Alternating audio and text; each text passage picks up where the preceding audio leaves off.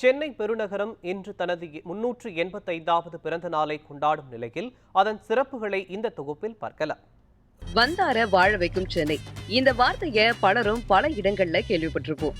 அப்படி இந்த ஊருக்கு வரவங்களை வாரி அணைச்சு வாழ வைக்கக்கூடிய இடம் அப்படின்னா அது சென்னை மட்டும்தாங்க. ஒவ்வொரு வருஷமும் ஆகஸ்ட் மாதம் 22ஆம் தேதி சென்னை தினம் கொண்டாடப்படுது. 1639ஆம் ஆண்டு ஆகஸ்ட் மாதம் 22ஆம் தேதி தான் மெட்ராஸ் நகரம் உருவான நினைவாகத்தான் இந்த நாள் கொண்டாடப்படுது. முதல்ல சென்னை பட்டணம், மதராசப்பட்டினம் இப்படிதான் அழைச்சுக்கிட்டு இருந்தாங்க.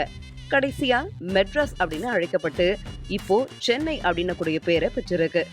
முதலா சென்னை தின கொண்டாட்டங்கள் 2004ஆம் ஆண்டு சென்னை ஹெரிடேஜ் பேசஸ் அப்படின்னு கூடிய அமைப்பால கொண்டாடப்பட்டுச்சு. இன்னைக்கு 385வது பிறந்த தினம் நம்ம சென்னைக்கு. சென்னை அப்படின்னு சொன்னாலே உடனே நம்ம நினைவுக்கு வருவது மெரினா கடற்கரை, காய்கறி வாங்குவதற்கு கோயம்பேடு மார்க்கெட்டு, கிரிக்கெட் அப்படின்னு சொன்னாலே சேப்பாக்கம் மைதானம் தான் நினைவுக்கு வருது. கிண்டி பூங்கா, அண்ணா நூலகம், இப்படி சென்னையில இல்லாத விஷயங்களே இல்ல. சென்னை வாசிகளுக்கு மட்டும் இல்லாம பிழைப்பு தேடி வரவங்களுக்கும் சென்னை வந்தவங்களுக்கும் மெட்ராஸ் அப்படிங்கிறது ஒரு வார்த்தையா இல்லாம உணர்வாவே வந்திருக்குன்னா பாத்துக்கோங்களேன். சென்னையை சுத்தி பாக்குறதுக்கு மாநிலத்தோட பல்வேறு பகுதிகள்ல மட்டும் இல்லாம உலக நாடுகள்ல இருந்தும் சுற்றுலா பயணிகள் வரத வழக்கமாகவே வச்சிருக்காங்க. 384வது சென்னை தினம் இன்னைக்கு கொண்டாடப்படக்கூடிய நிலையில சென்னை வரலாறு குறித்தும் அதோடைய சிறப்புகள் குறித்தும் இந்த தொகுப்புல கொஞ்சம் விரிவா பார்க்கலாம். இன்னைக்கு நம்ம சென்னைக்கு வயசு 385. இந்தியா மற்றும் தமிழகத்துடைய பிற பெருநகரங்களோட ஒப்பிடும் போது சென்னைக்கு எப்போதுமே ஒரு தனித்துவமான நீண்ட வரலாறு இருக்குன்னே சொல்லலாம். அந்த வரலாறு உலக போர் முதல் உலக விளையாட்டுகள் வரை என்றுதான் நம்மளால சொல்ல முடியும். சோழர் காலத்துல தொடங்கி விஜயநகர பேரரசோட ஆட்சி காலத்திலயும், அவர்களை அடுத்து பிரிட்டிஷ் கிழக்கிந்திய கம்பெனியோடைய ஆட்சி காலத்திலயும் சரி, சென்னை நகரம் எப்பொழுதுமே ஒரு ஆட்சி அதிகாரத்துடைய மையமா தான் இருந்திருக்கு. இது மட்டும் இல்லாம ஒரு வியாபார தலமாகவும் பிறரோட வாழ்வியல் தலமாகவும் தான் சென்னை இருந்துட்டு இருக்கு.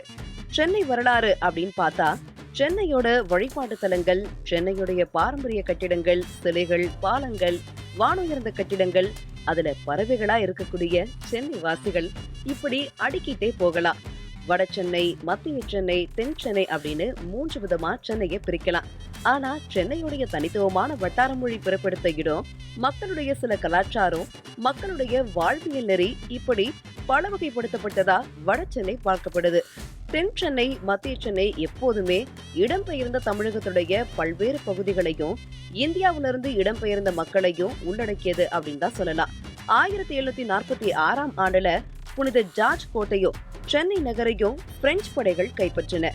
1749ஆம் ஆண்டுல இந்த பகுதிகள் மீண்டும் ஆங்கிலேய வசமே போயிடுச்சு. அதன் பிறகு சென்னை நகரம் மிகப்பெரிய வளர்ச்சி கண்டதோடு மட்டும் இல்லாம இந்தியாவுடைய முக்கிய நகரங்கள் அனைத்திலையும் ரயில் மார்க்கமா சென்னையோட இணைக்கப்பட்டுச்சு. 1947ஆம் ஆண்டு இந்தியா விடுதலைக்கு பிறகு சென்னை அன்றைய மெட்ராஸ் மாகாணத்துடைய தலைநகரமா அறிவிக்கப்பட்டுச்சு. 1969ஆம் ஆண்டு மெட்ராஸ் மாகாணம் தமிழ்நாடு அப்படிங்கிற பெயர் மாறுதலுக்கு உள்ளாச்சு.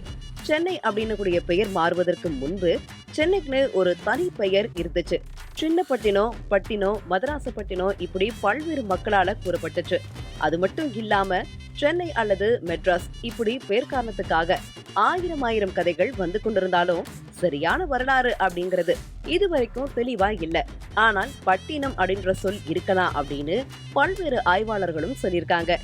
ஏன் அப்படின்னு பார்த்தா கடலை ஒட்டிய பகுதிகளுக்கு பட்டினம் என்றும் பாக்கம் என்ற சொல்லும் இருந்து கொண்டிருக்கு.